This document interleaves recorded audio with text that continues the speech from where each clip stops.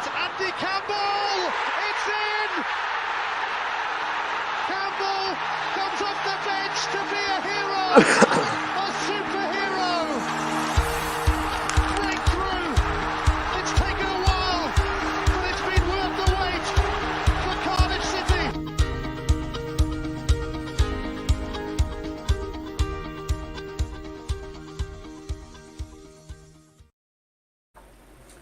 Hey guys, I'm Si and welcome to A.C.E Podcast Nation, the home of the Andy Campbell Football Show. This is episode number 65. The show is live, available on Facebook, YouTube and Twitter.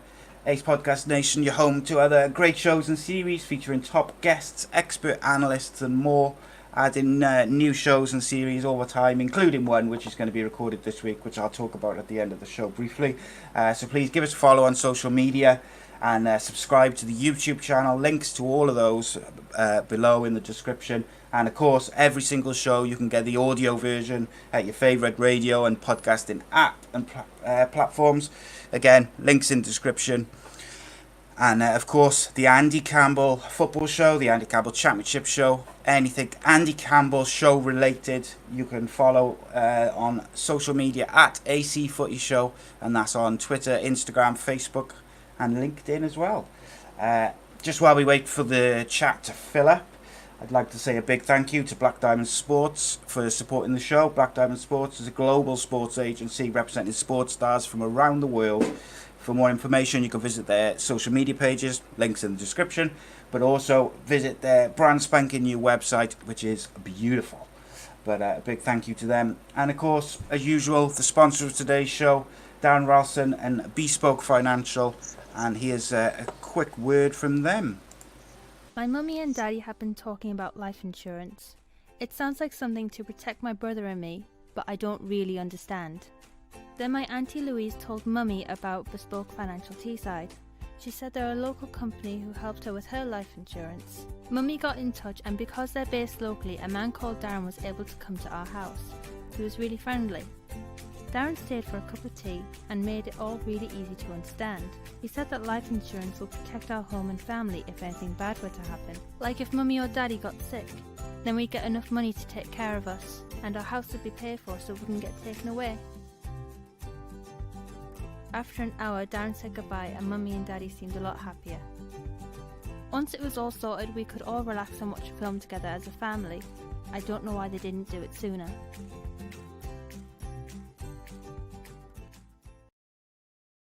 Yeah, big thanks to Bespoke Financial.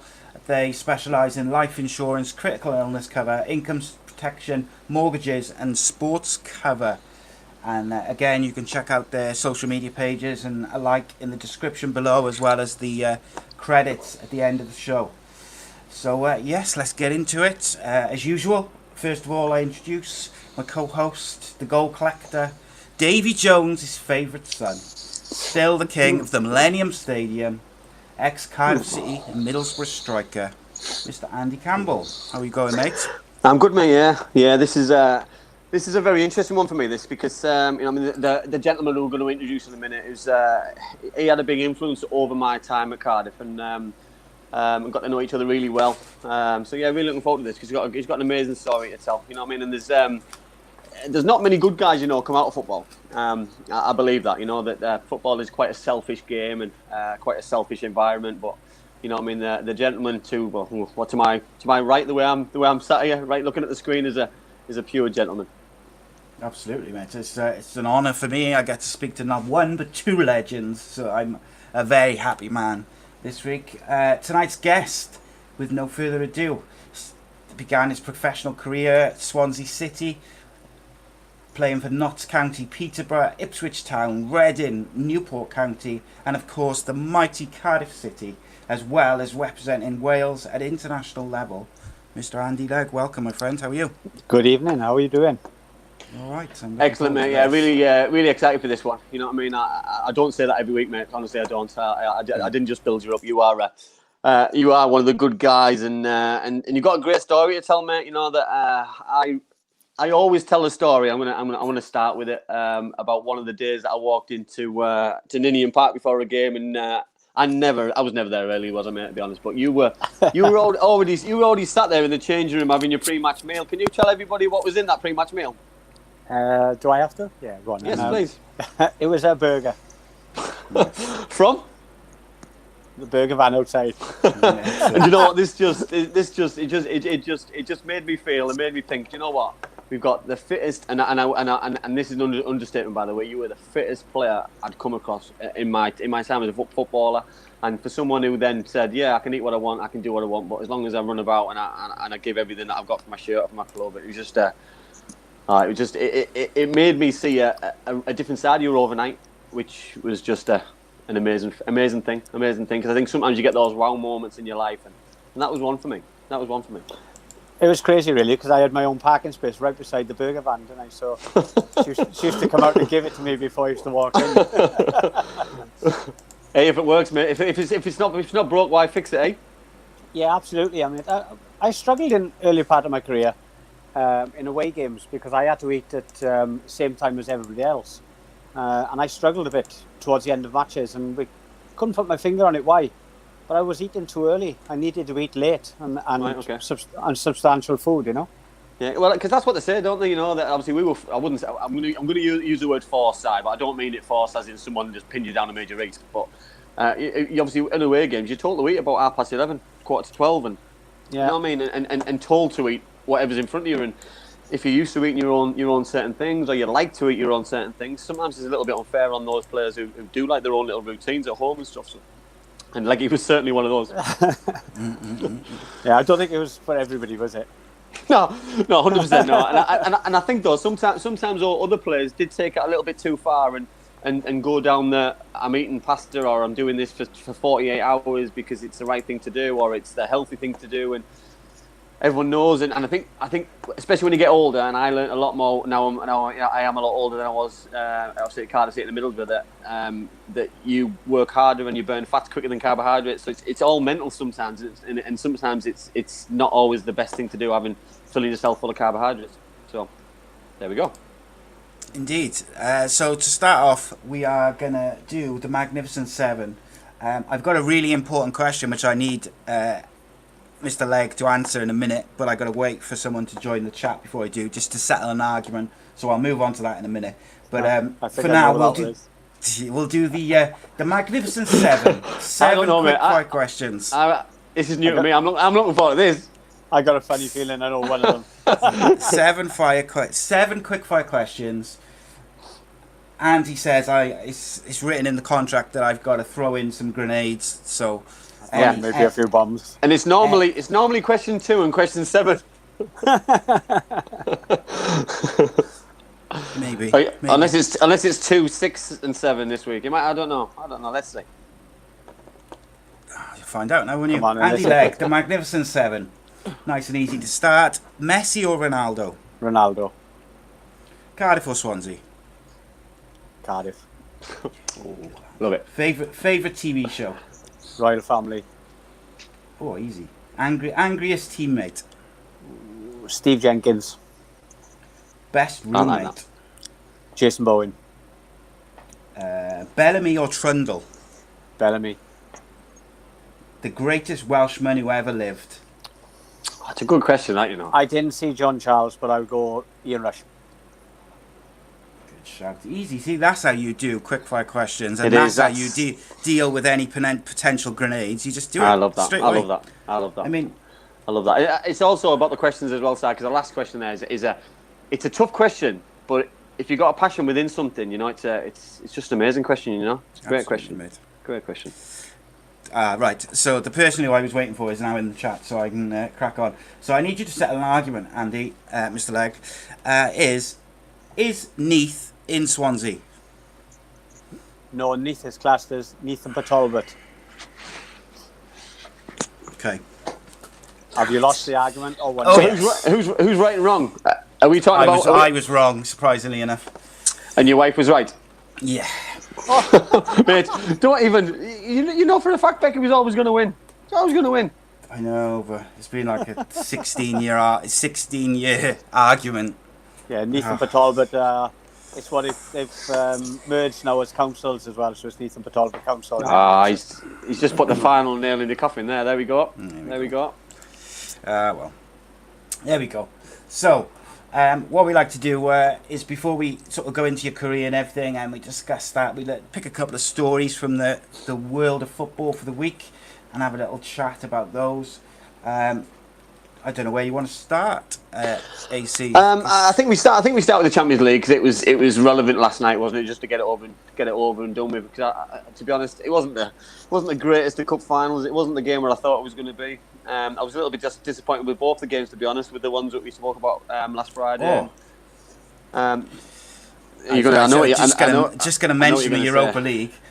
So on Friday's show, wasn't it, mate? We all did our predictions for the Europa League. Everyone said, you and the two guests all said Inter Milan. Yep. I went against the grain.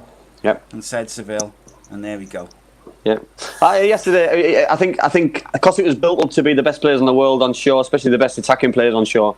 It doesn't always happen like that, you know. Everyone was expecting goals, and I was listening to Gary Lineker and Rio Ferdinand and Owen Hargreaves, and when the best pundits in the world or the so-called people of knowledge tell you there's going to be loads of goals, it just turns into a bit of a dead rubber. And you know what I mean? It was a competitive game. It was some decent football being played, but not the game which I wanted, really.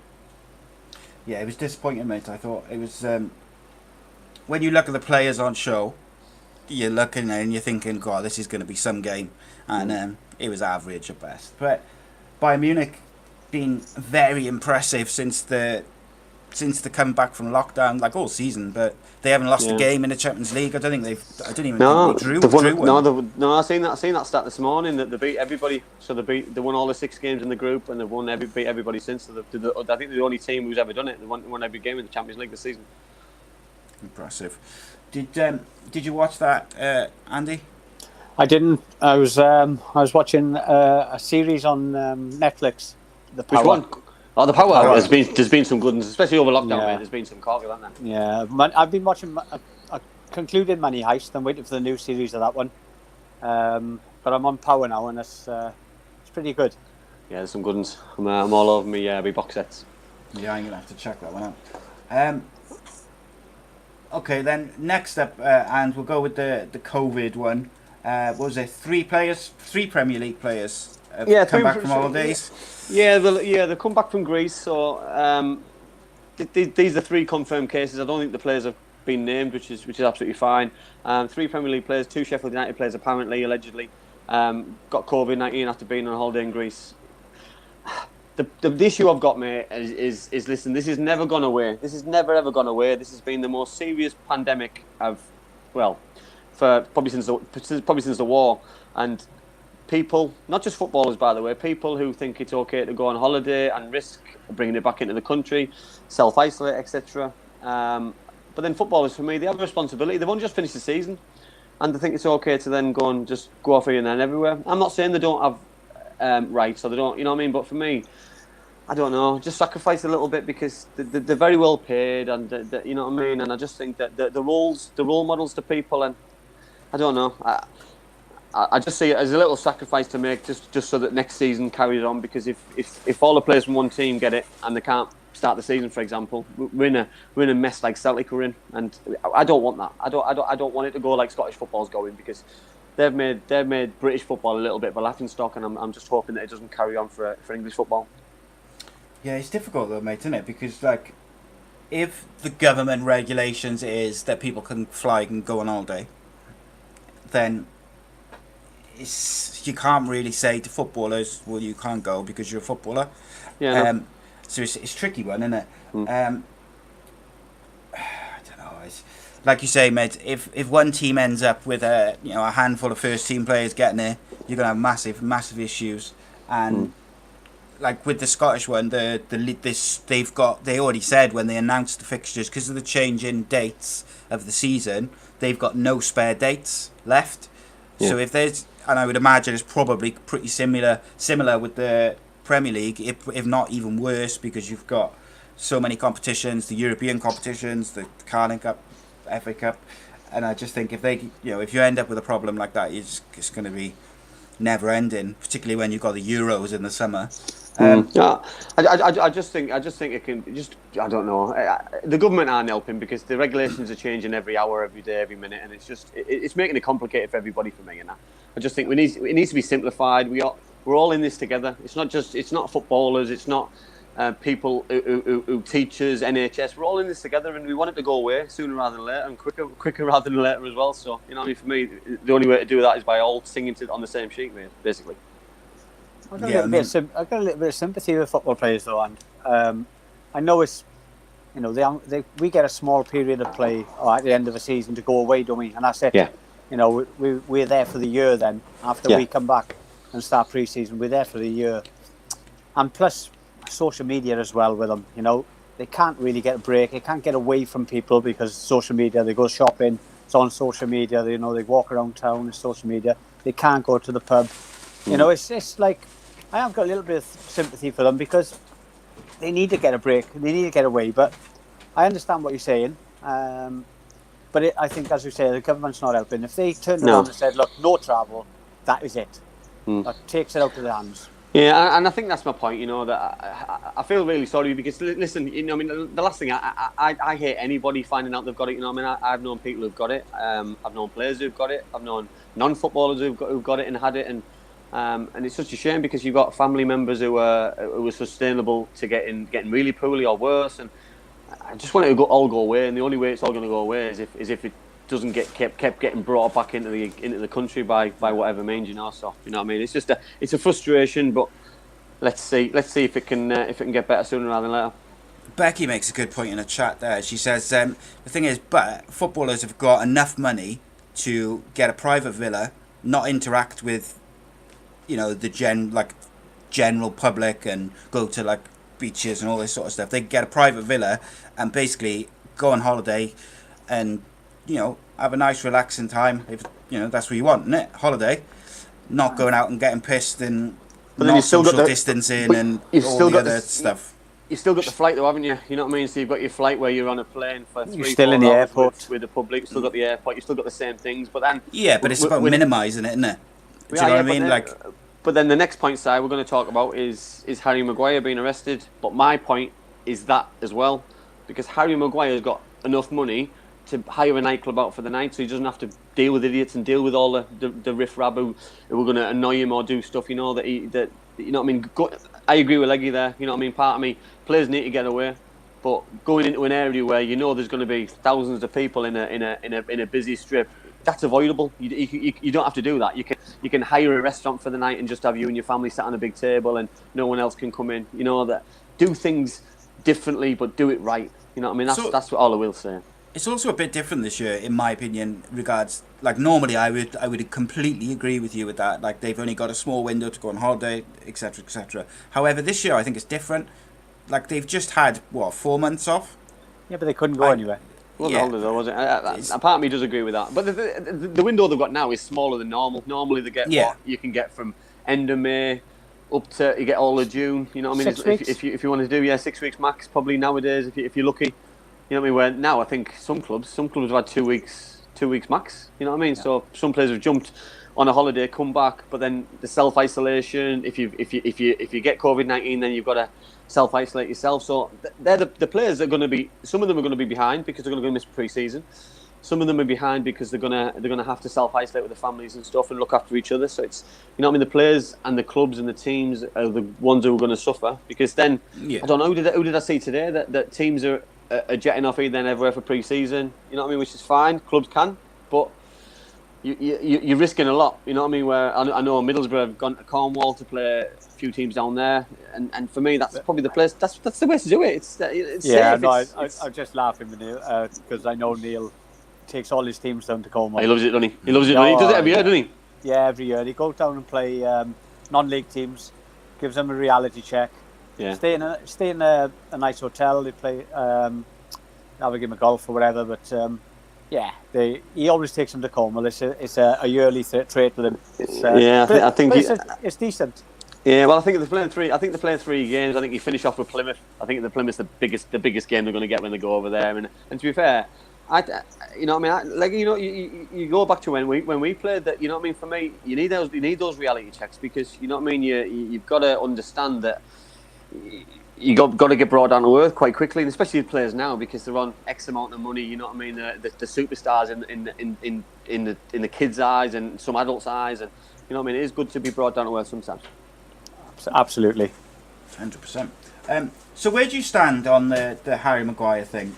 So he's been arrested. There's all sorts of different aspects to it and narratives, and thanks for that. And it's my is she giving you stick because you got it wrong? Yeah, because I won the argument. Because I won the argument, she's just throwing the light at me. I'm going to still say I won the argument, even though I didn't. Yeah, so like, obviously, the thing with Harry Maguire for me is like, there's so many different aspects to it. There's obviously, he's out getting pissed up and he's been arrested. He's the club captain of Man United. But like, for me, if this was any other person who was not famous, it would be a total non-story. And look, if anyone could tell me that they would put up with some of the stuff that he was putting up with before he eventually reacted, I find that very difficult to believe. He even took himself away from it, went and had food, and when he bumped into him again, it got worse and more offensive, and then his sister got stabbed in the arm, and it's kind of like, I just find it a bit of a non-story just because he's a footballer. I just think that when your sister gets attacked, you know, what are you going to do? As a human being, you're going to defend her, and you're going to retaliate. There's no question about that. You're a human. You're not, you know, I know he's a megastar, superstar, whatever you want to call him. He's got plenty of money. We all know that. But when you're protecting your family or your friend or whatever, you're just going to react. And you know, we are human beings. I agree with that. If you walk down the street anywhere in the world and you saw somebody getting attacked, what would you do? Would you walk away No. and watch the news tomorrow or the next day to see that someone got killed and you've got to live with that for the rest of your life? You wouldn't do it. Not. And with it being your family or your sister or your friend or someone that you're close with, or have you taken out there or is out there with you, for me it's just listen, you know what I mean, it angers me a little bit that he's getting people are portraying him to be this so-called angry person, this bloke who's out of order. If he's made a mistake, he's made a mistake, and he'll get punished for it, and he'll get punished for it by his club. He's getting punished in the media. And he'll be stripped of the captaincy, I think, as well. I don't believe he's like that, and I think he's got a couple of weeks now to brush it all under the carpet, get it all away, get pre-season under his belt, knuckle down, and go and have a successful season, because he's a regular in the England squad. He's nailed down that position at United. He's made that position his own, and for me, just forget about it and move on, because he's a good player. On the flip side, then, Bill, he's got to help himself. Is like, if you're club captain of United, you have got a responsibility to behave a certain way and do certain things. Now, I'm not saying the reaction and the scuffle and everything which has happened after that. Yes, that is what it is. And most people would have reacted in a similar way. I've got no doubt about that, including myself. But my argument would be the build-up to it, going out to Mykonos on the lash, spending, I think his bar bill was something like 65 grand or something, and Craig just said in the chat that there was a problem the night before, and he went back to the same places and ran into the same people the next night, still spending, ridiculous amounts of money, which draws attention. Yeah, listen. He shouldn't be doing that. He should, like Andy said earlier, go and buy a villa or rent a villa that is nice and quiet. Take yourself out of the equation. You're not going to get involved with idiots. And he's put himself in a situation where he's involved with Joe Public, and there's nothing wrong with Joe Public, because we're all the same. But don't put himself in that situation for people to have a go at him, because he's such a high figure, isn't he? Totally everybody knows him. He's an English international. He's there to be shot at. He's going to take some stick, but I totally defend him though for defending his sister. Yeah. I think for me, guys, that the biggest mistake he's made is by going out in the public. For me, it just listen, go out, take 25 people on holiday with you, and have a villa, book restaurants out, book nightclubs out. Live the holiday, but have the people around you who you trust and support, and the your mechanism. You know what I mean? Don't put yourself in that situation and at risk, because you know what I mean. I guarantee you now, he won't ever do it again. He won't. He probably won't go away, which is a massive shame. If he does go away, he'll change the way that he trusts people, looks at people, talks to people, and you know what I mean. What does annoy me, by the way, is when all that's leaked about 65 grand. Because listen. That's only come from two places, haven't it? Yeah, well, that's either his mates or the bar. And that's his business, you know. If he's spent £65,000 or whatever on a night or 2 nights, and he spent that much money on drink, then good luck to him. If you can afford it, you can afford it. But for me, my point with that though, mate, point. was if he was being flash with it, and it draws attention to him. Now, of course, this is right. He can do what he wants with his money. But my point being, if you combine that with having some issues the night before, then maybe it's not the best thing to go and do that if you're being flash about it. But at the end of the day, I think he can do what he wants with his money. I think if he was sat there with €65,000 in his pocket and throwing money around, I'd agree with you. But everything now is done on a card, and he's waited for the bill at the end of the night. He's paid the bill. You know what I mean? It's not like he's questioned it or he's got into a fight because he's not paying for it because he's Harry Maguire playing for Man United. He's had a night. It's been an expensive night. You know what I mean? He probably won't do it again. So he's learnt the hard way on a number of accounts, and it might affect his England place. It might affect his Man United captaincy. And you know what I mean? The person who's going to miss out here is Harry Maguire. So you know what I mean? However other people think he's done the wrong or he's done right, you know what I mean? He's the one who's going to get punished by quite a lot of areas, by quite a lot of people. It's a quick question for you both. And Leggy, would you strip him of the captaincy if you were the owner or chief executive of Man United? And do you think they will? No, I wouldn't. Just because of an incident, I made one mistake. I don't think it makes him a bad person. I'm still a good leader on the pitch. No, I wouldn't strip him of it. And do you think they will? I think they possibly will, to make an example of him. But especially because their squad is so young. Yeah, but they've got such a young squad. I wouldn't like to see that happen to him. And by all accounts, he apparently is he's not like that at all. From everything I've read, and the one person I spoke to, he's not like that at all. He's he's a nice guy. He spent in lockdown. He spent a lot of his time delivering meals to people and who couldn't get out, and stuff like that. He's not. He probably won't have another incident for the rest of his career. Is the quote which someone told me when I was speaking to them yesterday. But Andy, what about you, mate? Would you, if you were chief executive, to make an example of him? And do you think they will? No, I wouldn't strip him. If I was a club, I'd use it as probably a marketing tool and let him explain what's happened and do a proper interview and let him tell the facts or let him come out and apologise. Yeah. Whatever he wants to do, I'd make it public. Will they do it? I hope they don't, because I wouldn't do it if I was a manager at the club. I'd stick by my player and I'd back him, so he'd run through a brick wall for me. So I'd do it. I'd make it a positive rather than a negative. Yeah, I mean, I think Solskjaer will be inclined to do that. The only thing which makes me think maybe they will is sometimes people have questioned whether Solskjaer is strong enough for some of these players, like your Pogba's and things like that. And then so part of me thinks, right, he's got a really young squad, full of like these, they've really performed well at the end of the season. Are they does he want to make an example of him to say, right, just because you all get paid X amount of money and you're in the first team squad at Man United does not mean that the hard work stops and you can just go and do these sorts of things, get involved in these sorts of incidents.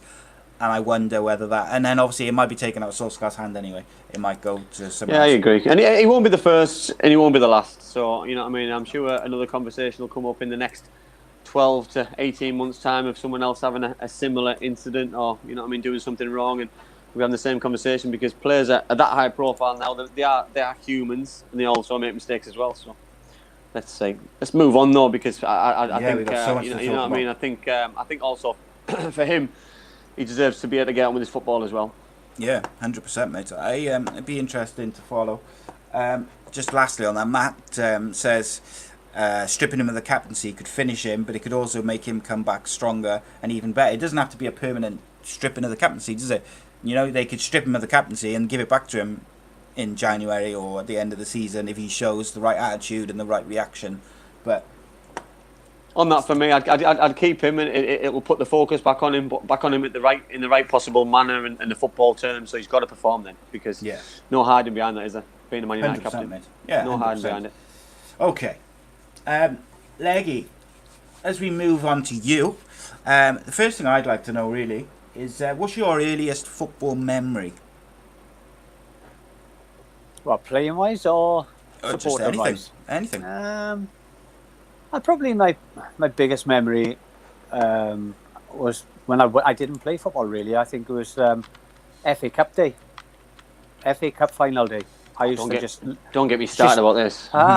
Just used to love going in and watching it, like from 9 o'clock in the morning, following the bus, the team coach, the players going out in the pitch in their dodgy suits, and every goal. You used to watch every goal from round one to round semi-final. Yeah, absolutely. Yeah, it was the pinnacle of football. I was a football fan. St. Greavesy. Yeah, loved my football, and I think that's my biggest memory of football. Really, is the FA Cup day, the cup final. I used to look so much forward to it, and now it's a little bit degraded, and I think maybe they should make it a European space for it, a Champions League space instead of a third place or a fourth place. Leggy, we've had this. This is my biggest bugbear for me. And the FA Cup has played a big part of my growing up. You know, I remember the Tottenham against Coventry FA Cup final. Keith Houchin scored the goal. I was lucky enough to meet Keith because he's a Middlesbrough lad. I've watched loads of cup finals. St. Greavesy, every goal, like you said, dodgy suits, having the cameras watching the buses go at the ground.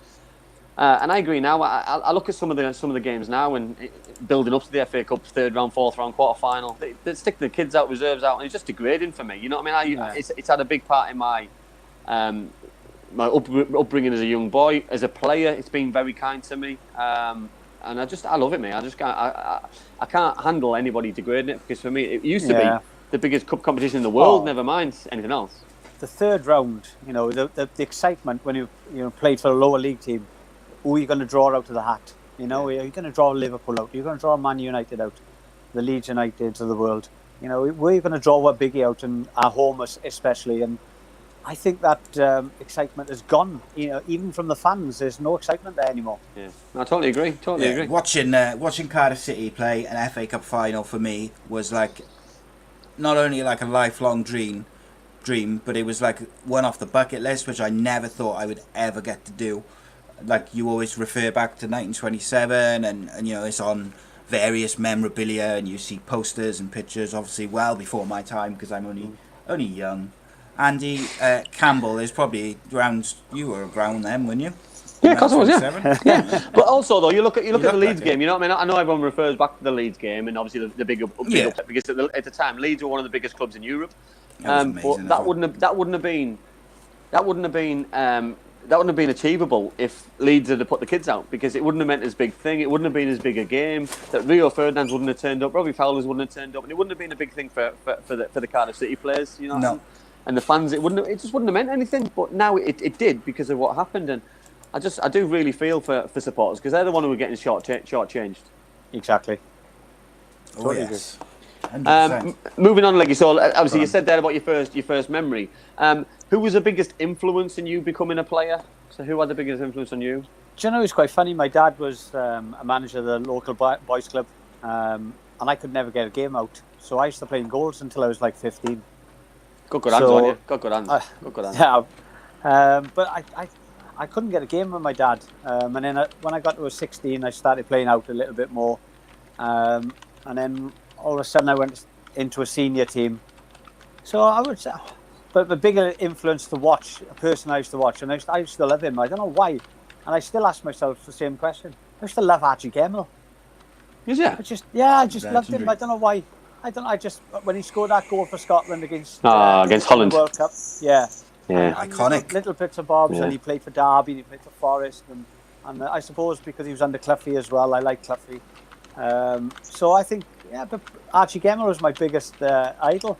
Quality that. And to be fair though, you always have those kind of games or players, don't you, where you refer back to, or celebrations or moments in your life where it's them buzz moments and the kind of goals or things what you always refer back to. And it's interesting though, because there's always a story, isn't it, why people love football and why you fall in love with it, because you know what I mean, when you play, it's not always the most enjoyable thing in the world, but you know what I mean, you always grow up to love it because of other people and the way that they make it look easy or enjoyable, or you know, it's it's amazing. I think he embraced the football. Though I think if you watched every game, he worked really hard to get the ball back, and he was a team player. And I thought, I'd like to be like Archie Gemmill. I haven't got the bald head, and I'm not as small as him, but hey, I've got it fun. But no, he was just one of the players I always picked out.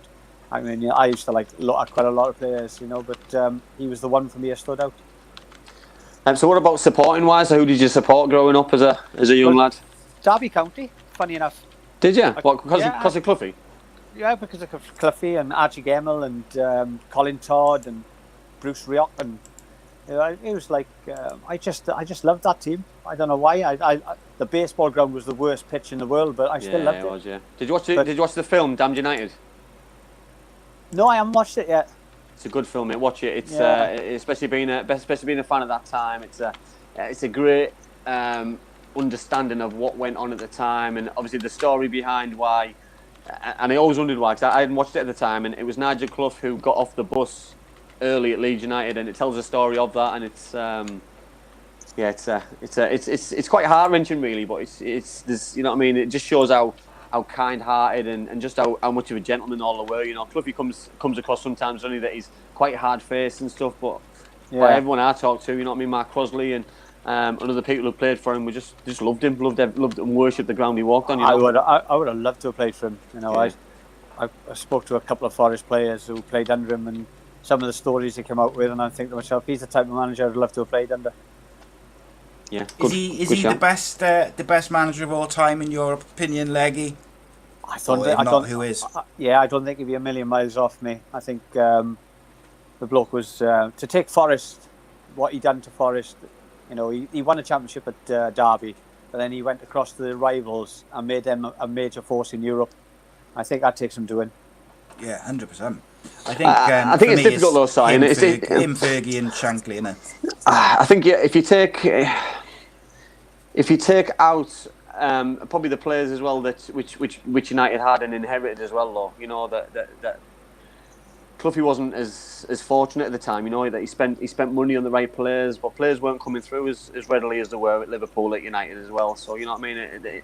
It's hard to compare, isn't it? It's hard to compare. Yeah, but then you say that, you know, when Fergie took over at United, they were doing nothing, you know, and he had to put that in place, didn't he? He turned him around. I would have loved to seen Cloughie at a different club, and maybe a top club, to see how he would have evolved, being a manager at a team who was challenging for things year after year after year. But he turned Nottingham Forest on its head and gave them an unbelievable time. And yeah, there's Brian Clough's house is in Middlesbrough. Yeah, that's what. Is that what? Yeah, he said he met him. I think he said at the park. So yeah, just before Leslie's that old, isn't he? Leslie's that old. Yeah, well, that's it, isn't it? So, Anne, just before we move into some of our questions, there's a couple of questions in the live chat, so we may as well get into them while we've got a spare second. So, first of all, where's some go? Rob Boyle asks, what was Barry Fry like? He seems mental. Absolutely a genuine guy, right? Absolutely bonkers up. Absolutely. Some of the things he used to do in the games and in training and in front of the cameras, you just When you went back the second time, Leggy, did you go back when they had that TV program? Yes, my role was with Big Ron. behind. Yeah, I was standing. I used to stand behind Big Ron with my arms folded and shake my head. that was my role, just one of those. But it was, you know, on the day the manager walked out on that scene where everybody talks about, that was never planned. That was straight out of the blue. It was like, yeah, absolutely. It just took everybody by storm. Big Ron looked at me and he went, "Oh, me and you then." But was the program portrayed to be something like that, or something like the Netflix version of what Sunderland are doing now, or was it Was it always planned? Because it seemed to work, but obviously a couple of players came out with it not smelling the roses. I'll probably use St. Ledger for one, and the centre forward is, I can't remember his name now. The little centre forward who scored loads of goals. Yeah, didn't come across and come out of it very well, really. No, I think what happened with Barry, I think they had agreed to go to Swindon, the TV show, and for some reason Swindon pulled out last minute. But Barry put all his money into Peterborough at the time, and he was getting a lot of sticks saying, "Oh, he was taking money out and doing this and doing that." Barry was in major debt. I think he put his mother's house on auction, but up for mortgage against the club, so he could raise some more capital. So he needed that show, and he took the show last minute, and they had access to everything. And Barry didn't mind that, because Barry's a character. He didn't care that what went on in the dressing room and swearing and whatever. He just wanted everybody to have a good show, and he just gave them access to everything, and they did have access to everything. He seems like a guy. Sorry, mate. I was going to say he seems like a guy who quite enjoyed the attention as well. Like he didn't mind the media, and he'd always give interviews. He'd always be quite happy to say whatever. He'd sometimes say something which maybe you wouldn't get from other managers. So I think that sort of thing, from the little I know, obviously you guys would have known him better than me. But it seems like that would have kind of suited his personality, should we say? Well, I only met him a couple of times, and I like what I saw. You know what I mean? He wore his heart in his sleeve, and like you just said there, the programme. You know what I mean? But for me, you've either got to be fully in or fully out. And we had Robbie Stockdale on the show, who's obviously Sunderland's caretaker manager at the time when they did the Netflix, and obviously with what was said there, that they weren't fully in. They were told where they could go and what they could do, and more or less what they could say. And you know what I mean? Then they're going to be portrayed then to be something that they're not. Whereas if you're fully in and you're fully out, there's no transparency, and it's everyone knows where they're standing. Yeah, but Barry is like you say, he wears his heart on his sleeve. Used to get the best out of the players' mind, and used to look after the lads. And he was always a bright spark. He was never a dull moment when Barry was around. What's his strengths, Leggy? Because obviously he's very motivational from an outside looking in. Listen, technically wise, he's not the best in the world, right? Yeah. He's but you want to play for him. You run through a brick wall for him, because he looks after you as much as he can. He's an honest person.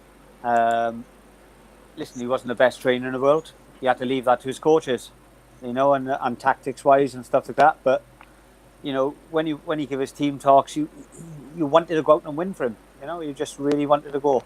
I respect people like that, Leggy, though, because he knows his limitations. That he's got his strengths and he sticks to his strengths instead of trying to be something he's not. That it's not everybody, is it? It's not for everybody jumping on that training pitch and putting a session out and putting all the corners out and running it.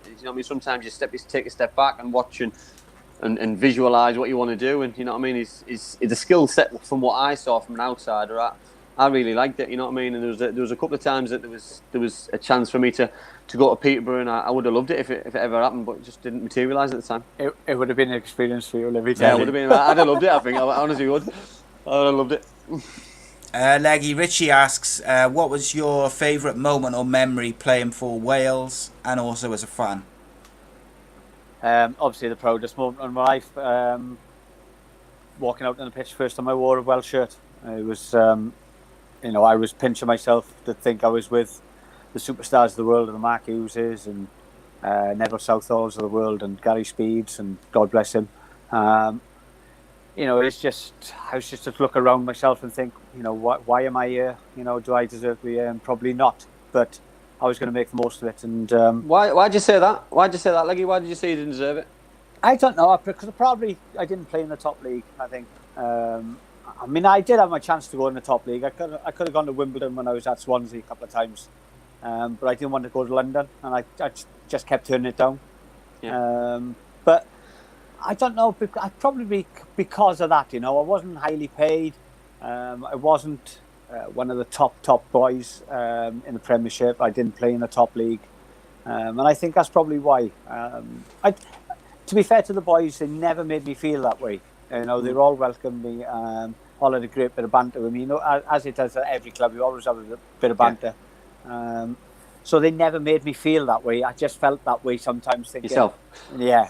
I don't think you give yourself enough credit, because I think especially playing for your national teams, I felt the same as when I went into the 21s, that I questioned why me? Why am I getting selected? Is it a joke? Am I there just to make the numbers up? Am I there just to...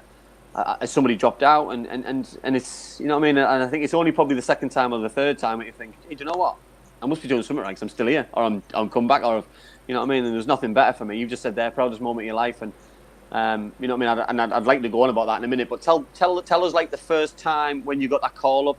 How did you find out about the call? And were you expecting it? How did you feel? Yeah? No, it was talk of it when I was at Notts County and I was playing in the Championship there at the time, and we were having a good season. And the manager, he put in a press that I should be in the Welsh squad. And funny enough, 2 weeks later, he sold me to Birmingham. So it was mental, right? I should be in the Welsh squad, but then he sold me to Birmingham. But are you still there? I'm still in it, yeah. Oh, yeah, he's just all right. Yeah, so they sold me to Birmingham, and then I went with Barry and played a couple of games for the Blues, and then all of a sudden I got a call up. It was like, wow, where's this come from? You know, so the Notts County manager talking about it, and then I went to Birmingham. Whether it was because it was a bigger club, I'm not too sure. Then I got into the squad, so it was like... Sometimes it happens, mate, doesn't it? Sometimes it happens when you go to that high-profile club that these things follow you around, that you know, that it was probably going to happen. But then when you went to Birmingham, being a huge football club, because they are a massive football club, by the way, that then it was a no-brainer that it was going to happen. Yeah, it was quite surprising. It took me by shock, to be honest with you. I didn't really think that. Because I played. I think I played funny enough, at Bristol City down at Ashton Gate for Notts County a couple of weeks before I actually went to Birmingham, and Bobby Gould was there watching the game, and it was all talk about I was getting the call up, and I didn't get the call up, and then obviously when I went to the Blues, I got the call up for the first game then, and it was like, it was out of the blue. I never thought I'd play for Wales. I never thought that I'd represent my country. It was just a bonus for me. Just on that, sorry, you mentioned there about moving from Notts County to Birmingham. Was it true that you moved with Paul Devlin? Did you move at the same time? So you both moved to the same part of the deal? Yeah, it was crazy because we played. I'll tell you the story. We played Bournemouth away, and myself and Paul Devlin were left on the bench. And we couldn't understand why we were left on the bench, because he was one of the top scorers, and I was. My assists was the highest, and we went in the next morning. We didn't get back from Bournemouth. You know, it was like about 2 o'clock in the morning. We went to a hotel, went to a jacuzzi and stuff like that, and we were sitting in the jacuzzi, and they came over the tannoy. Can Andy Legg and Paul Devlin go back to the ground, please? So we get back to the ground, and I saw Barry Fry's car. So I said to Dev, "Well, you're off to Birmingham, mate." And he said, "Yeah, it must be." He said, so he was so excited because he was a Birmingham lad, he was a Brummie lad. He supported the Blues as well. And he said, "What are you going to do then?" I said, "I must be doing the press." Because we used to do the press on a Wednesday.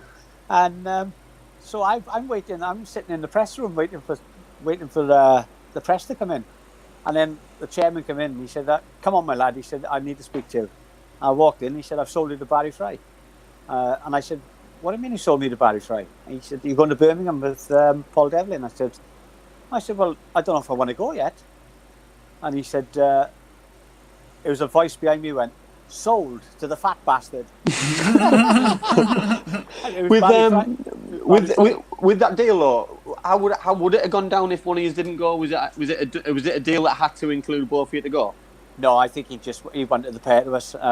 If one of us went, it didn't matter. He was yeah. Because they got himself a good deal, though, didn't they? Because Dev as well. Dev's a top lad, and I was lucky enough to play with Paul at Sheffield United, and Dev's top lad, but top player as well. Yeah, underrated for me.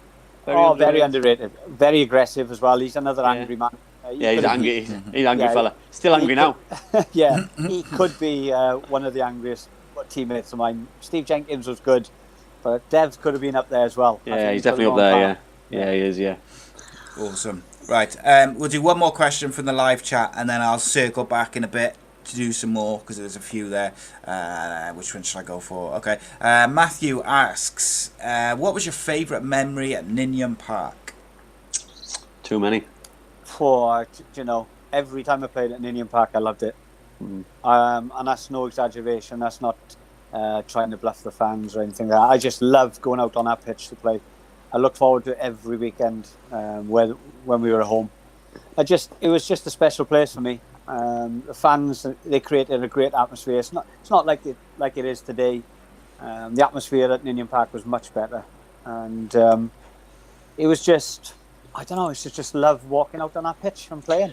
Do you find that though with just football in general, Leggy, that there's no real atmosphere is at the ground. That I've been back at the new stadium a couple of times, and I've never felt watching a game that I'm waiting for something to happen. I'm waiting for the atmosphere. You've got people spotted all over the stadium, and it's not the same at Ninian Park. There was pockets all around the stadium of diehard fans, and it was just a different animal there. It was a different animal, and we always refer to the Leeds game about if any team or any crowd won us a game that day, and that was them, because they won us that game. They frightened Leeds to death. The atmosphere they created, the noise, what it was like. I think Ferdinand said Galatasaray was bad, but there was nothing compared to Ninian Park, didn't he? Yeah. The atmosphere that night was electric and frightening, because it was just brilliant, under the lights as well. And for someone to say that, someone of his calibre, it's just scary, though, isn't it? Because there's been so many teams come and leave Ninian Park and say the same thing about being a hostile atmosphere. Yeah, absolutely. Ridiculous. Leggy, growing up, were you a Cardiff fan, Swansea fan? Neither. Honestly, I was a Welsh fan. I supported all Welsh clubs, and that's no lies. I supported Newport, Wrexham. They were in the league then. Cardiff, Swansea, even Merthyr. Merthyr had a great time. They went to Europe and things like that. And I support all Welsh clubs. I didn't support any club as such, really. I was told you I was a Derby County fan, so it wasn't. Is that because, Leggy, as well, though? Because Welsh football, if you won the Welsh Cup, you got a place in Europe in the Cup Winners' Cup. So obviously, you know what I mean. Also, you know that yourself from your time at Swansea, that you won the Welsh Cup and you played against some world class sides in the Cup Winners' Cup, which is fantastic. But for me, when I played for Cardiff in the Welsh Cup, I felt it meant something to certain people or to certain fans and to certain players. So I bought into that, but I probably look at it now and listen to, probably the way that people talk about it is it's probably degraded, like the FA Cup's degraded a little bit. Yeah, but I think because the professional clubs now can't qualify for Europe. Yeah. I think if they went back to the days where they allowed the Merthyrs in, the Newports in, they used to allow Kidderminster in, as well. It was quite funny, really. Why? I don't know. We played Kidderminster in the final when I was at Swansea. Did you? Yeah, at the Vetchfield. I think we beat them 5-0, I think. But that was the cup final, and we went on to qualify to play in Europe, obviously, and we played Panathinaikos away and home, obviously. And but yeah, the Welsh Cup used to mean something to the professional clubs, and I think they've done the same as we've done the FA Cup. They degraded it. The Welsh clubs now are not allowed to go in, the professional clubs.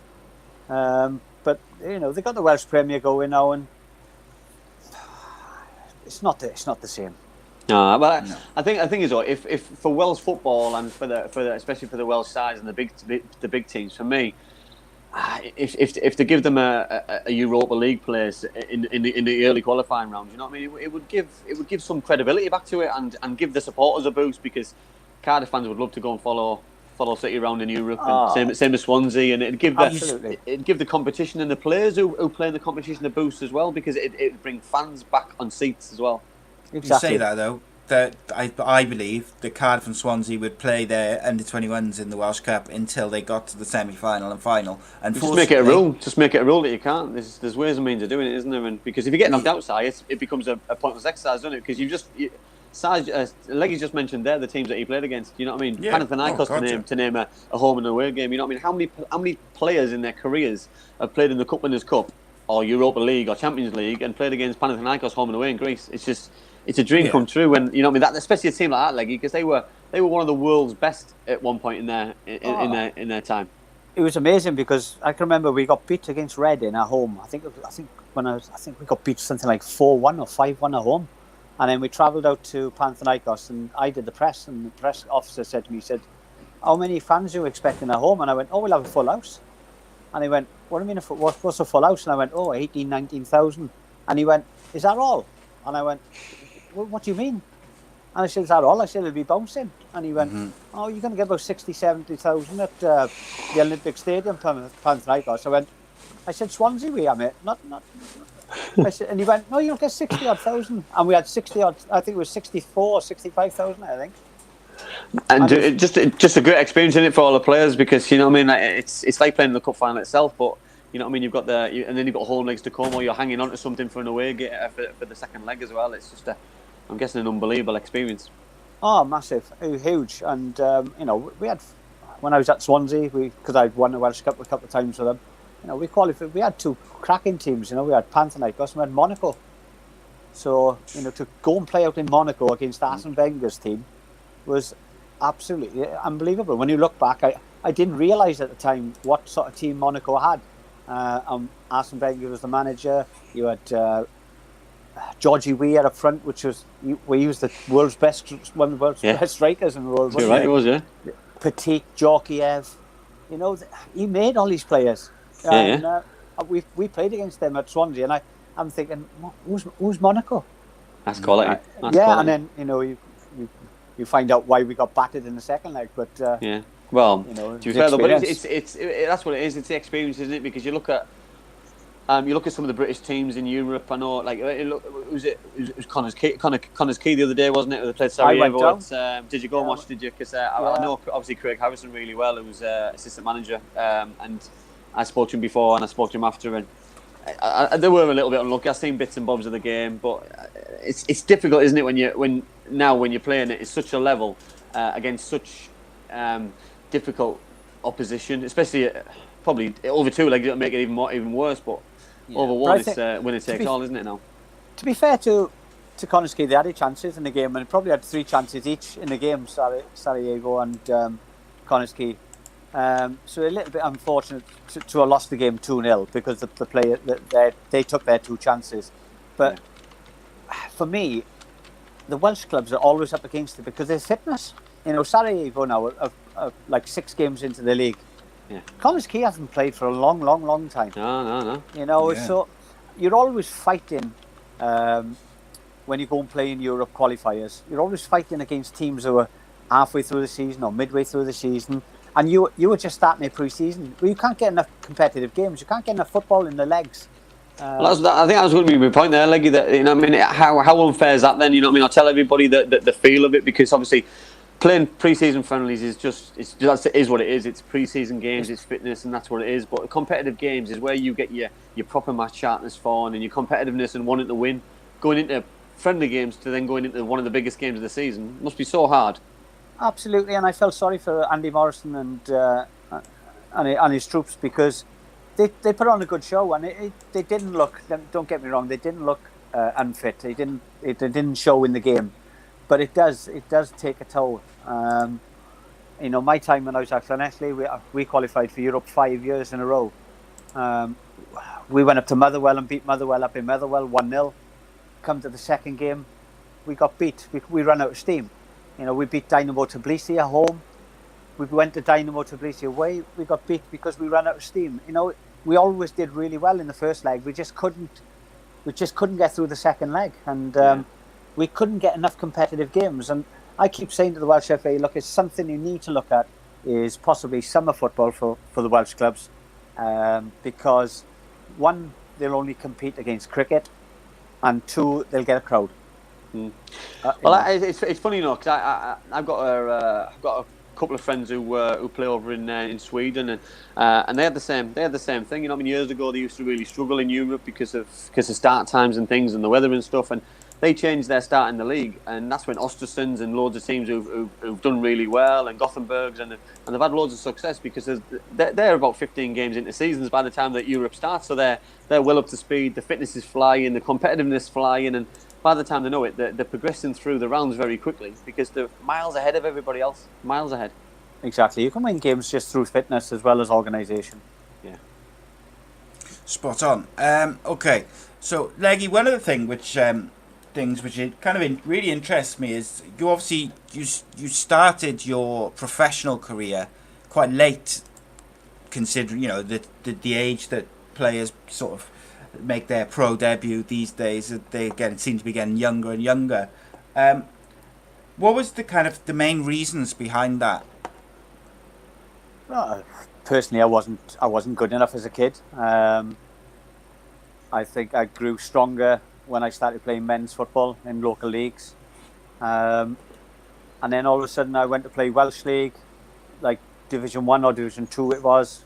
I think it was Pontardawe I joined from a local club, and then I went to Britain Ferry, and within, I think it was 2 months of being at Britain Ferry, I was being spoken about, and it was again, total shock, because obviously I was just a normal lad working for a living, enjoying my football on a Saturday afternoon with the boys, having a couple of beers after the game, and that was it. And I didn't think anything more of it would have come of it, Is that one of the reasons then that you were so driven to be successful and be the best that you can be, because you didn't start till a little bit later?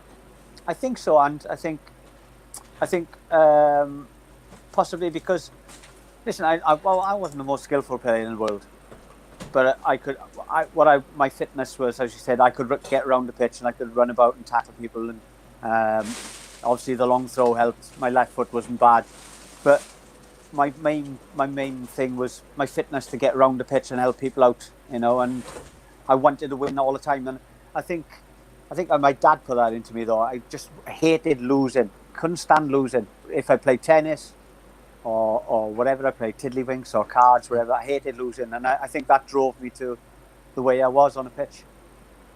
How did the move to Swansea come about from Britain Ferry?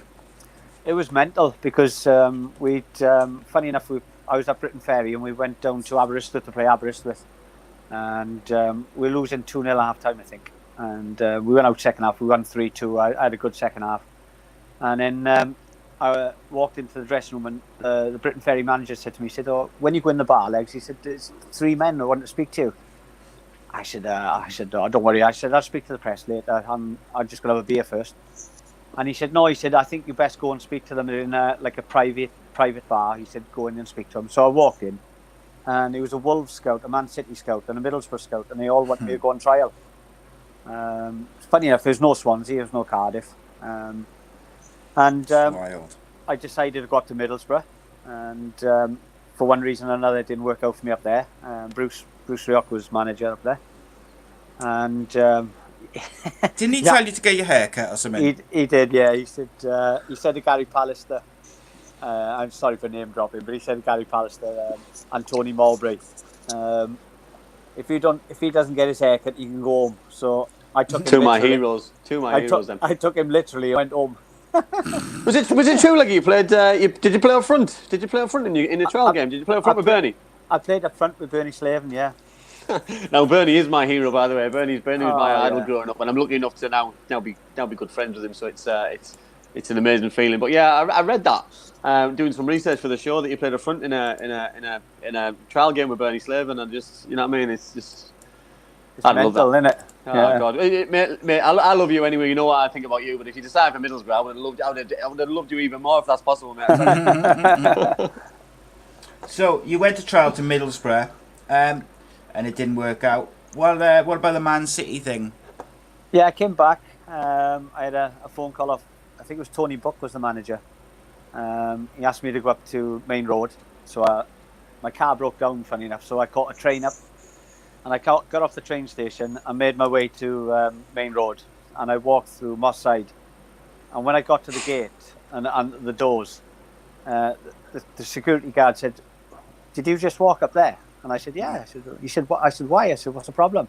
He went, "You just walked through the roughest estate ever." I went, I just shook my head. I said, "No, mate, I'm fine." I said, "No problem." And he said, "Don't ever walk through there again. We'll get a taxi for you." So I'm clueless. I didn't have a clue what Moss Side was or anything like that. And then I stayed one night, played the next night, I think it was. And funny enough, I played up front again. I played with Imra Varadi up front. So I did, yeah, legend. Nice. So it was like, I don't know why they wanted to play me up front. I was always a winger, but I played on the middle. And to be fair to Tony Buck, he called me in his office after the game. He said, I quite liked what I saw. He said, I'd like to invite you back up for pre-season.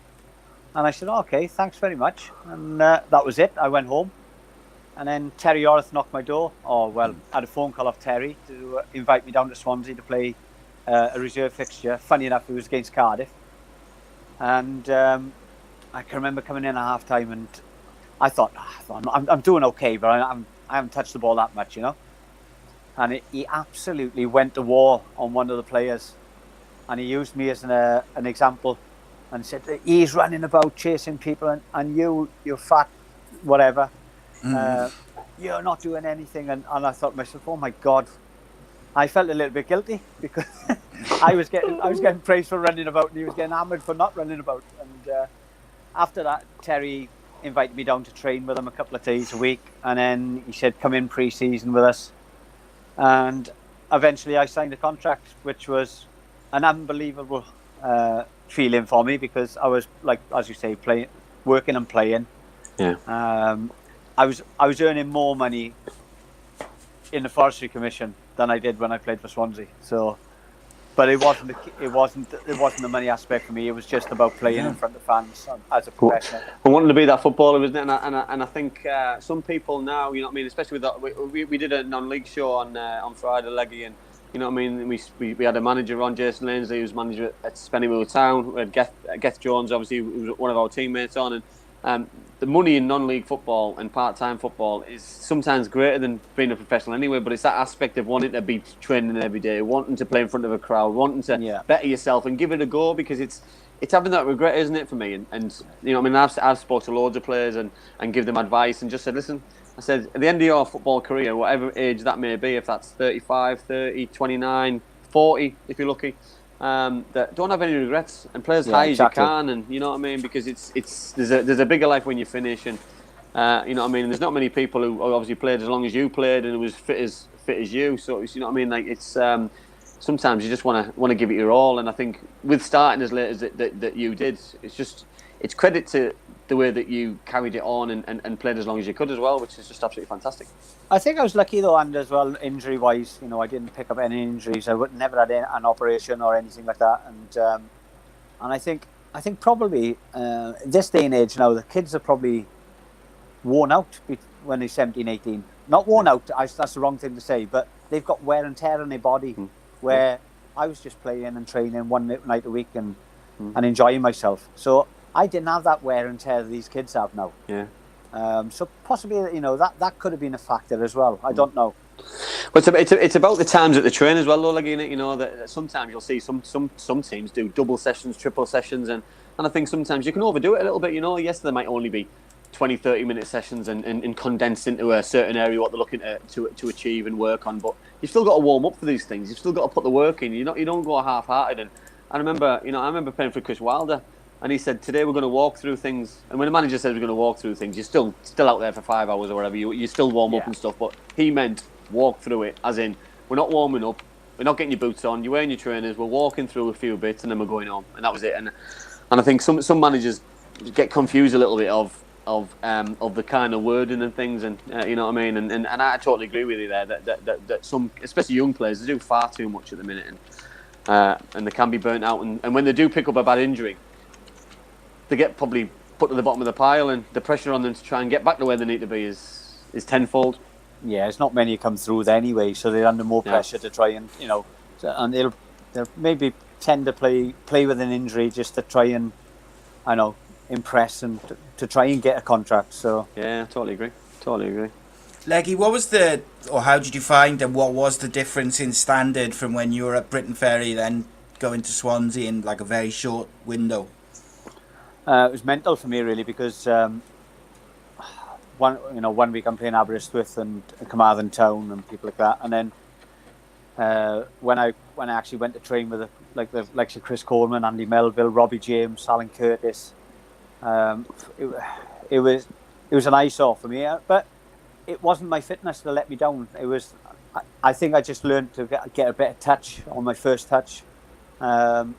and that was it really, getting up to speed with them. And I can remember making my debut, and I was a little bit nervous because Chris Coleman got injured on Friday, and Terry wanted to play me left back, and I'd never played left back. And we were playing Bristol City away, which is Seven-side derby, of course. And I was a little bit worried, so I was marking Ralph Milne, who had just been sold to Man United. Good player. Yeah, and so I was a little bit worried. I'm thinking, he could absolutely kill me here. But I held my own, and I was fine. And when I came off the pitch, I just felt that there was no fear. There was nothing to fear. He was just a normal opposition. He was just another person. So.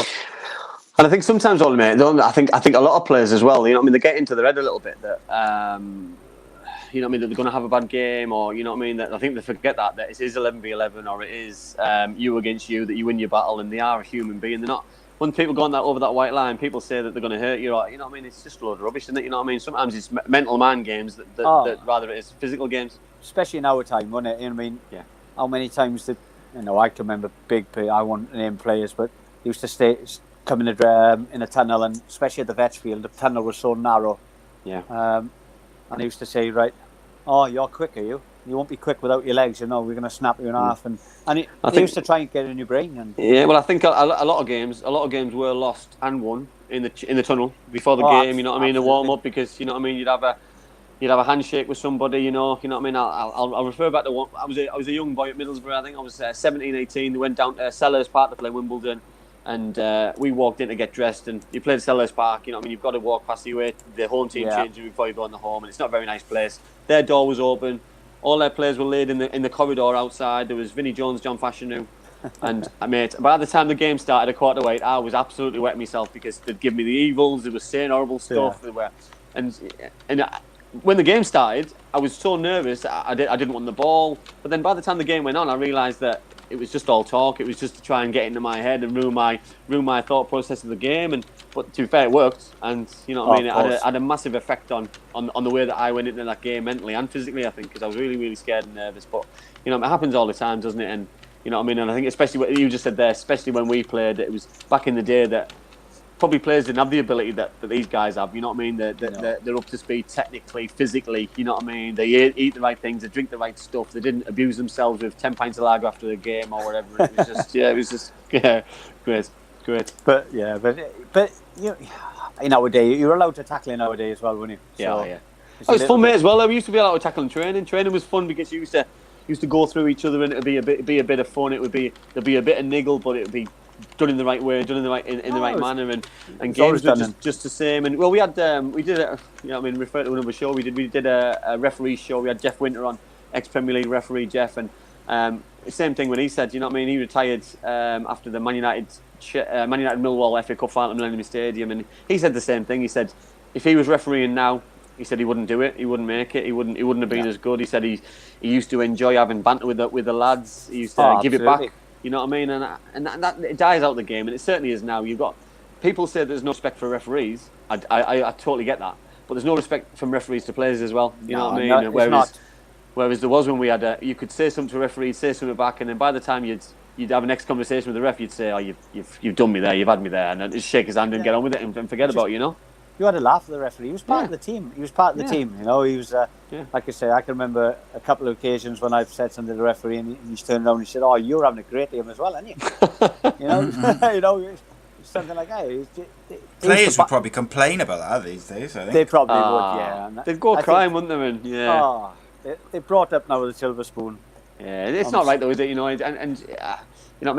I'm all, the people we've had on the show, the people who watch the show, that I'd probably say the majority are, they've been able to watch different eras of football, and for me, it's not as enjoyable now as it was back then. I know I'm biased because I played back then, but for me, it wasn't a business. We had a better relationship with fans. That we would have to walk over to the car park at Ninian Park, and you'd talk to everybody on the way. Obviously, Legg would have a burger. And it would just be, and then you go to the pub on a Saturday and Sunday, and you'd have even more crack and banter with the fans. And nowadays, it's so you're just so protected from everybody, and it's just not. Yeah. I'm guessing for a fan, it's not as fun as it used to be. But no, I totally agree. Okay, let's go to some questions in the live chat because they're stacking up. John James asked a bit earlier on. He said the training facilities allegedly in your era were poor. Was that actually the weren't case? That good. They weren't that good. And if so, how did you get that brilliant team ethic, etc., on match days? I think it was just down to the management team or whoever we had at the time. When we were at Cardiff, what was it called? Dogshit Park. Yeah, we were at Landaf Park, weren't we? And bear in mind, by the way, I'd left Middlesbrough, obviously, who just built this state-of-the-art training ground, Rockcliffe Park, 100 million quid, and then I've just been sold to Cardiff, and they're training at a public park, and you got people walking through with shopping bags and on bikes, and dogs just crapping everywhere, and it was it made it for me. It made it. Yeah.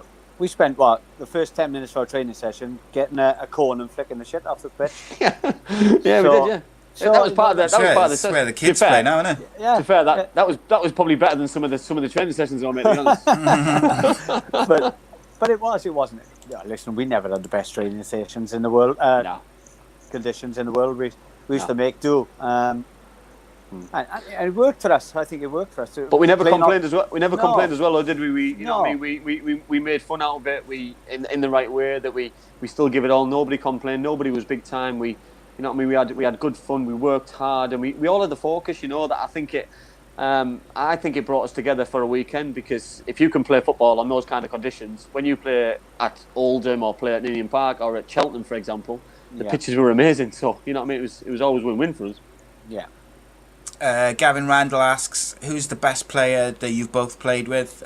So Leggy, we'll start with you. Best player I played with? I don't know.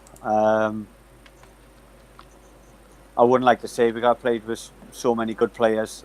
Mark Draper was exceptional when I was at Notts County. Midfield player, went to Aston Villa. Yeah, I played against him for Leicester. He was different class in midfield. Wasn't he was unbelievable. Even the likes of Paul Devlin. I played with Stevie Nicol, who came to Notts County when he was coming back from his Liverpool, coming away from his Liverpool days. But any of the Welsh team, you could name the lot. When you had the likes of Mark Hughes and Gary Speed and Neville Southall goal, who's the best keeper in the world. So I wouldn't. I couldn't choose. It's impossible for me. It's funny you just brought Big Nev up there, because we had Kevin Ratcliffe on, didn't we? Si and Kev. We asked Kev the question, best player you played with, just hands down Neville Southall, and that I don't think he gets enough credit. That people look at him and probably look at him now and look at his size. I looked at him when he was a player and looked at his size, and I think it was so disrespectful. Because you look at the goalkeepers now, and you know what I mean. He would have held his own now by a country mile. And you're on about De Gea's being a world. He never made mistakes. No, he was consistent. He was outstanding, and he used to do it to me as well. It's just in a game, mind. I'd say I'd drop back to left back and he'd throw me the ball out. He'd spin it to make it difficult for you. And you think to yourself, Nev, what are you doing? You're on my team. But he'd just laugh at you. He was such a lovely lad. So dry, but one of the best keepers I've ever seen in my life, I think. So if I was to pick anybody, I would have probably gone. Maybe very difficult to split a couple. Nev was definitely one at the top. Yeah. Good shout. Top draw. And who did you say, Ant? I've been very lucky that I came across an era at England with probably the world's best, and I'd probably say Stevie G or Michael Owen, because them two were just they were just phenomenal, and lucky enough to play alongside Michael at various levels of England, and he was selfish and greedy, but in the right way in the football terms, and look how successful he was, Ballon d'Or winner, and it was just world class. I can't really say anything apart from that. Yeah, I don't think he gets enough credit, and nice guy as well. I'm not his biggest fan. Yeah. What I don't like, Si, I don't like the amount of stick he gets for the way he comes about. That. Listen, I've been in a dressing room situation with him. I've been at training with him, and there's no funnier guy. You stick him in a room with Jamie Carragher, the life installed of a party. You know what I mean? I roomed with him once, and he was an amazing young man.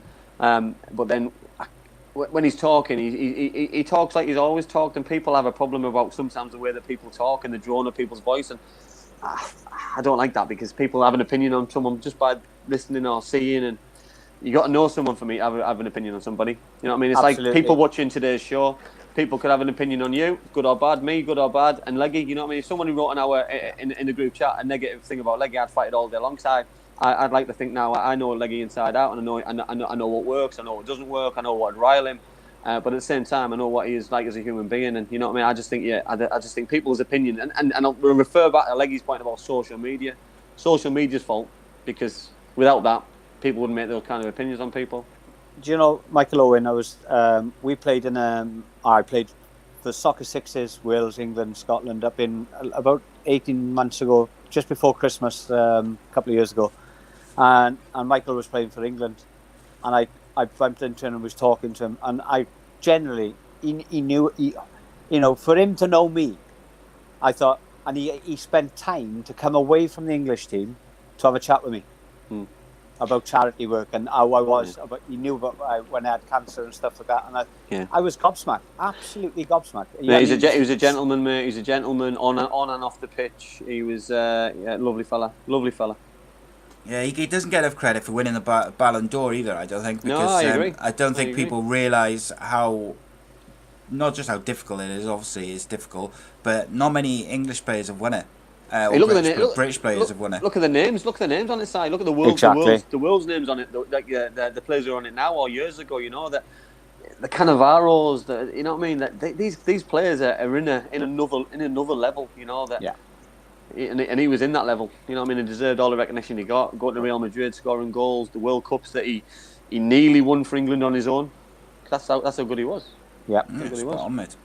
Rob Boyle asked, being an ex-Swansea player, he did not word it like that, but we'll say, being an ex-Swansea player, did you have any concerns before joining Cardiff? Oh yeah, absolutely. There was only one manager could have taken me to Cardiff, and that was Frank Burrows. Obviously, he was my manager at Swansea. He's the one that actually got rid of me from Swansea because the chairman at the time wouldn't give me the money. I was the lowest paid player in the team, and I think I took a lot of stick when I left Swansea. At the time I left Swansea, we lost in the playoffs against West Brom. And Frank Burrows pulled me after the game and he said to me, that was your last game for the club, son.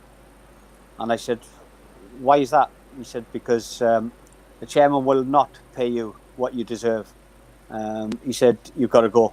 And he's the one that actually got rid of me. He wouldn't allow me to sign for Swansea. So I had no choice. I was going, and that was it.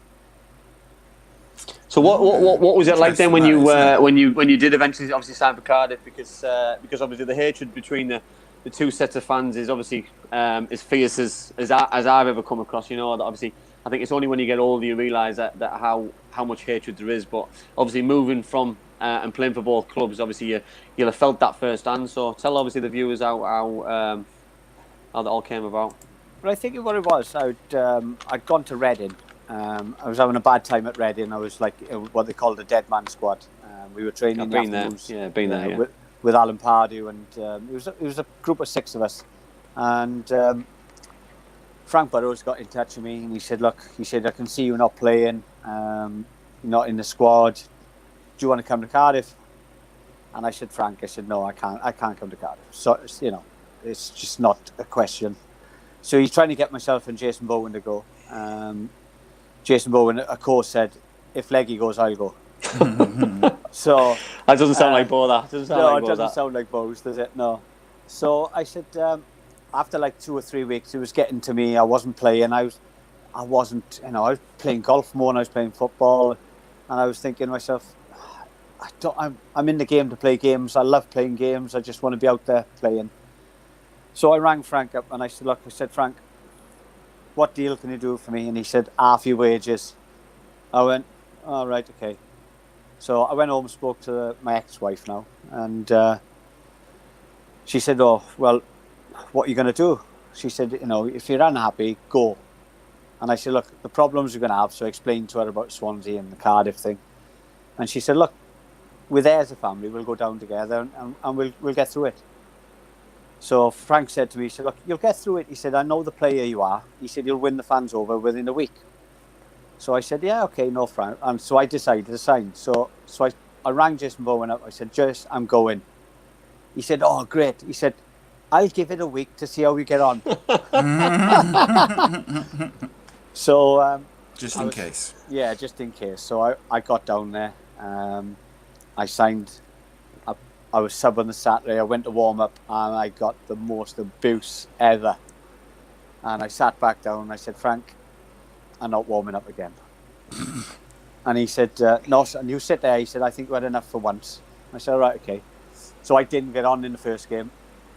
Second game I was sub again, got up, got abused. But I was having hate mail off Cardiff fans, Swansea fans.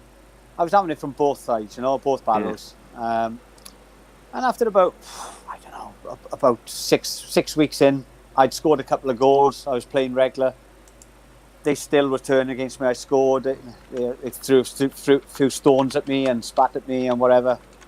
So I went home to the wife and I said, look, I think I made a mistake. I think I'm going to have to go.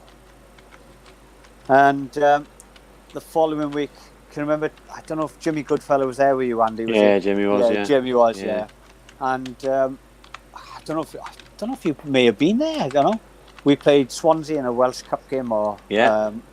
Did we wear the green? We wore the green kit, didn't we? Oh, that was in the final, that was, yeah. The final that was in the final, yeah. We played, I think it was before you came, and we played Swansea in a game. I think it was like a West Wales Cup or a Welsh Senior Cup or something. And I was the only first team player playing. And I just couldn't understand why I was playing, so I had the ump. So I went in, and Frank was nowhere to be seen. So Jimmy put his arm around me, he said, I'll give you 3 words of wisdom, son. And he told me something to do in a game. And I carried out that instruction. And from that day, the Cardiff fans turned. Quality. And they sang my name and chanted me. And then ever since that day, I was always accepted then. And, I enjoyed my time. I loved it there.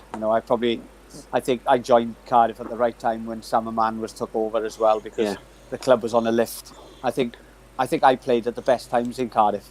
I totally agree. But you said earlier on though about the way you played, about running through a brick wall, and I think that's one thing that I took when I came, that was a guarantee from you as a player, and what you just said there about being there at the right time, 100%, because you got promoted twice at least, what I know about, and the amount of success, battling for trophies, obviously the players who were coming through, because obviously you played in that transition leg, didn't you, where the club were starting to splash quite a lot of cash, but you still kept your own place, you still saw plenty of players off who came in on big money. That must have been pleasing as well. Yeah, I think Sam used to throw challenges down to me, and he used to say, I'm going to replace you this year because you're getting older. And I was like 32, 33. And I said, bring it on, Sam. I used to just tell him, bring it on, Sam. You're all right. You're fine. You won't get me out of the team. And I think he appreciated that. Obviously, it turned sour in the end with Sam over the way I left the club. Yeah. But we made up after that. And we're good friends now. But as you say, I think I played at the right time. I went in at the right time at Cardiff, and I think it was the transition of the club and the way it took off, and the players who came in. Jason joined me after a while. Yourself came in, Cav came in, Thorny came in, Spencer Pryor came in. All of a sudden, we're a team now. We're a force. We're a good team, and we deserved all the success we had. And I totally agree. I massively agree, because people.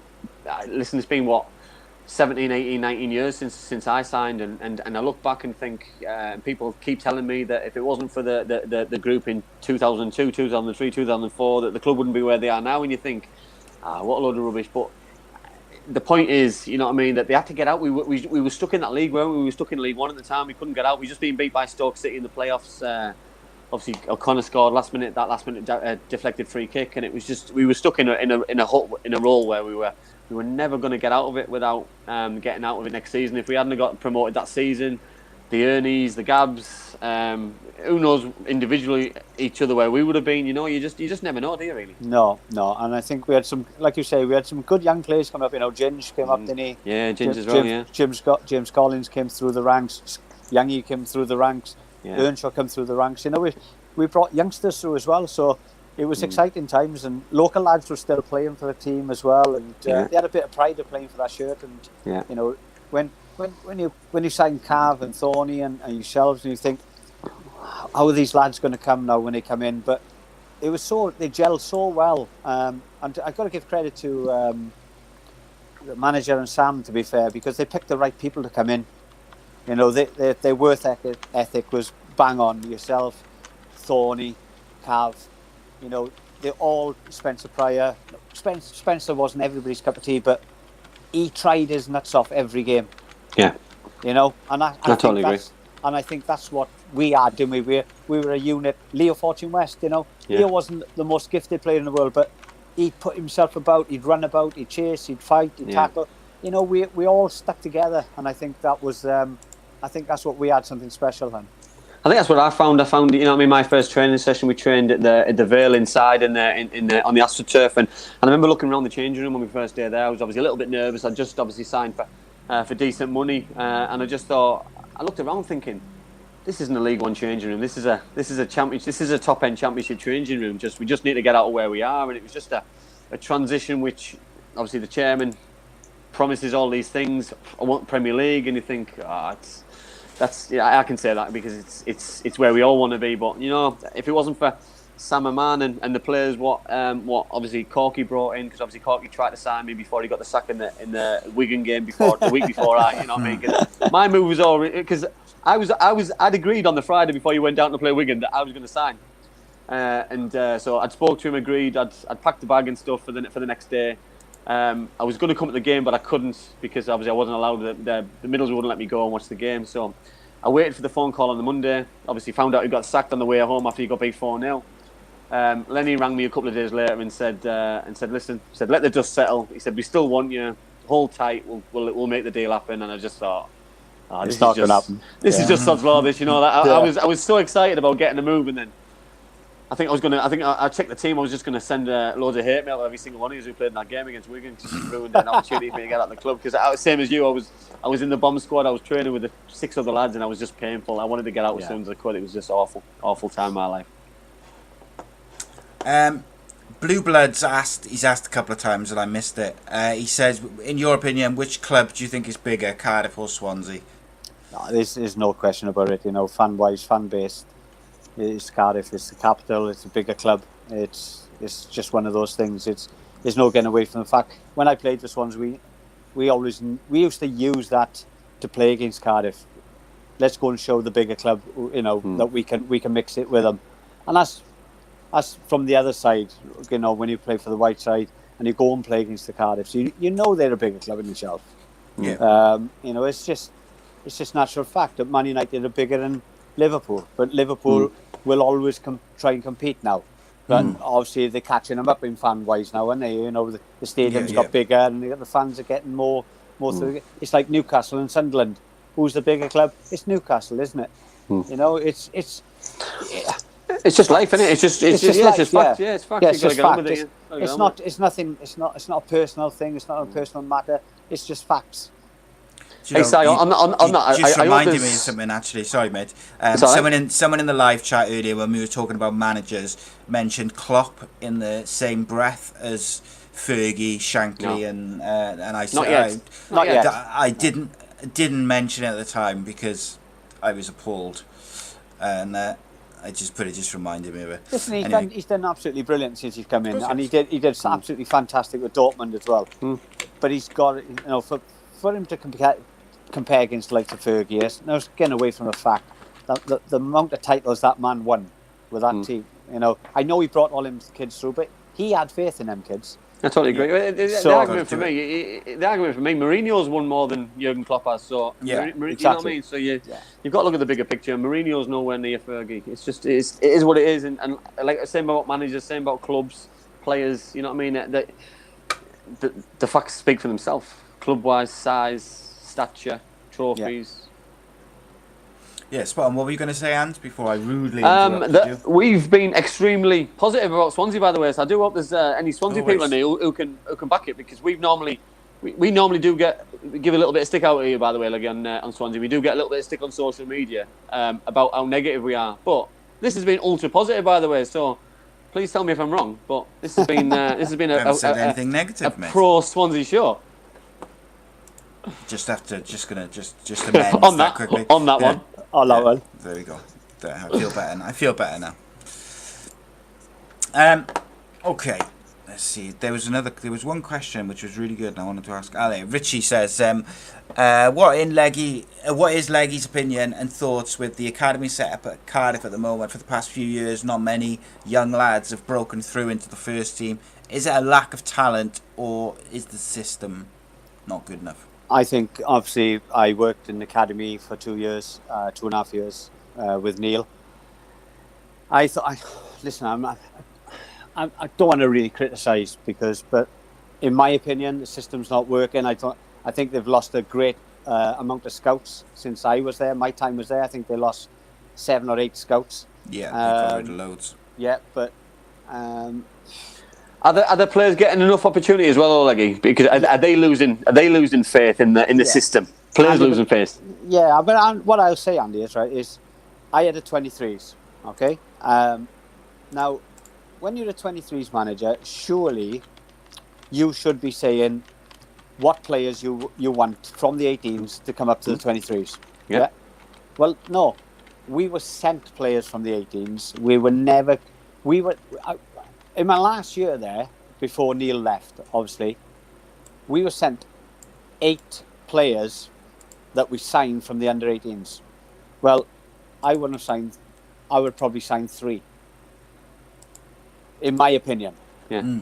And then when I left the club, when Neil left, I got criticised for not bringing players through. I read one of the comments, and this is the only time I've been hurt by Cardiff since whatever. Not hurt, but it hurt my feelings. I was thinking, how can you say to me now, I never produced a player in the 23s to get into the first team? I improved players, like Coxey, he improved, but I didn't get enough through to the first team. But did I have the talent? I only had the players for 3 months. Now the academy's had them for 10 years. So tell him, there's something missing there, And I think in the heyday when Aaron Ramsey came through, and we had the ruling, and the scouts at Cardiff had down west used to get all the best players because it was the better academy. But Swansea have taken that back. Swansea are better academy at the moment, and there's no getting away from that. We've got more young players coming through. You just mentioned Cameron, obviously Cameron Cox there. Obviously Cameron's just signed for Solihull Moors, which. I'm gutted for him. I spoke to his dad a couple of times. I know Cameron, I'd say pretty well. Obviously I didn't obviously work day to day like you did. I was disappointed in obviously him not getting enough chances. He played a couple of games in the Carling Cup. He played a game in the FA Cup. He was on the bench all the time, mate. Yeah, but every game in the league as well. Every game he played, though, it seems that he had a negative result because he played with players in the FA Cup that they weren't really that bothered about progressing in the FA Cup. So he got beat by Luton 3-0. He played, by all accounts, he did okay, but never played the following game. So how, as a young player, do you ever make real progression if you're not given a fair opportunity? Yeah, listen, Cameron is an athlete, right? He reminds me of, in a certain aspect, I know it sounds crazy, like when Gareth Bale played left back at Spurs. Yeah. He reminds me of him because he is such an athlete. He's so fast, he's so quick, he can run, he can jump. When that boy puts his mind to it, he can play. I don't think he was given enough chances. I totally agree with you. I'm disappointed he's gone to a conference team. I think he should at least have stayed in the league. Division 1, Division 2.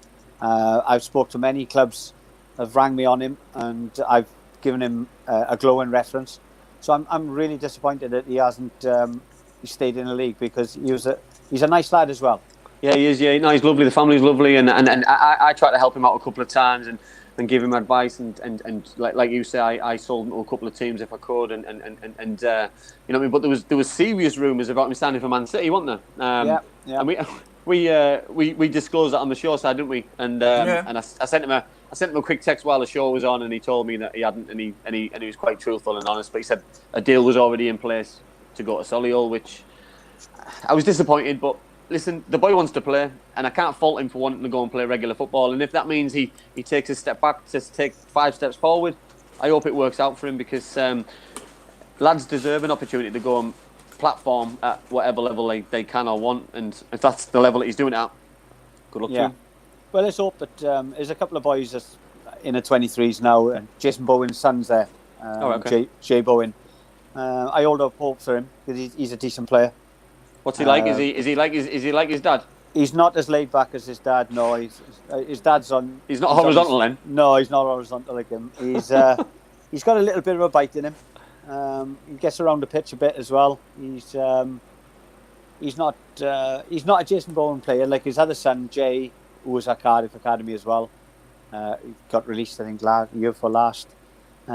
He was exactly like his dad. Very skillful, very technical, but very, very laid back. But hopefully Sam, he represents his country at 21 level as well. So hopefully he'll get a breakthrough, and we'll see a lot more. We'll see him in the first team maybe in the next season maybe. Fingers crossed. I'll look out for him.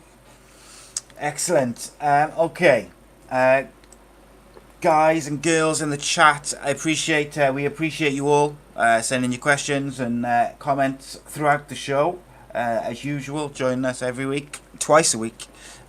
Big shout out, and I appreciate all of you. If I've missed your question, I apologise. We had a lot of comments and questions from the YouTube, Facebook and Periscope today, so it's difficult to sometimes manage them all. Andy Legg, thank you very much for joining us, mate. I really appreciate it. Andy Campbell, thank you as usual, my friend. My pleasure. Can we just sell what we're doing on Friday as well, Si? So obviously we've got a special show on Friday. We are trying something different again. Last week we did a non-league show. The week before we did a referee show. This week we've got currently we've got the Middlesbrough ladies captain Rebecca Bass coming on, so we're doing a ladies football show. We're hoping for another one as well. So it'll be a really good show, something different. You know what I mean? I've got obviously I've got girls. I've got one girl especially who plays football at a decent level. So for a really good team. So hopefully I'll get some good questions in. We'll get some really good answers. So yeah, please tune in for a show with a difference, really. Yeah, it's gonna be good for interesting show. Of course, big thank you to Black Diamond Sports and Bespoke Financial as usual for sponsoring, supporting the show. Check out their websites and links in the description and the post credit scene. And also this Sunday we have Crazy Football with Kevin McNaughton for episode number 1 dropping. So check that out. That'll be out Sunday night, 8 o'clock. But in the meantime, thank you to everyone. Thank you to the two Andys and Andy Campbell. I'll see you Friday. You will do. Cheers, Leggy. My pleasure. See you, Cheers, boys. guys. Thanks. My mummy and daddy have been talking about life insurance. It sounds like something to protect my brother and me, but I don't really understand. Then my Auntie Louise told Mummy about Bespoke Financial Teesside. She said they're a local company who helped her with her life insurance. Mummy got in touch, and because they're based locally, a man called Darren was able to come to our house. He was really friendly. Darren stayed for a cup of tea and made it all really easy to understand. He said that life insurance will protect our home and family if anything bad were to happen. Like if Mummy or Daddy got sick, then we'd get enough money to take care of us, and our house would be paid for so it wouldn't get taken away. After an hour, Darren said goodbye and Mummy and Daddy seemed a lot happier. Once it was all sorted, we could all relax and watch a film together as a family. I don't know why they didn't do it sooner.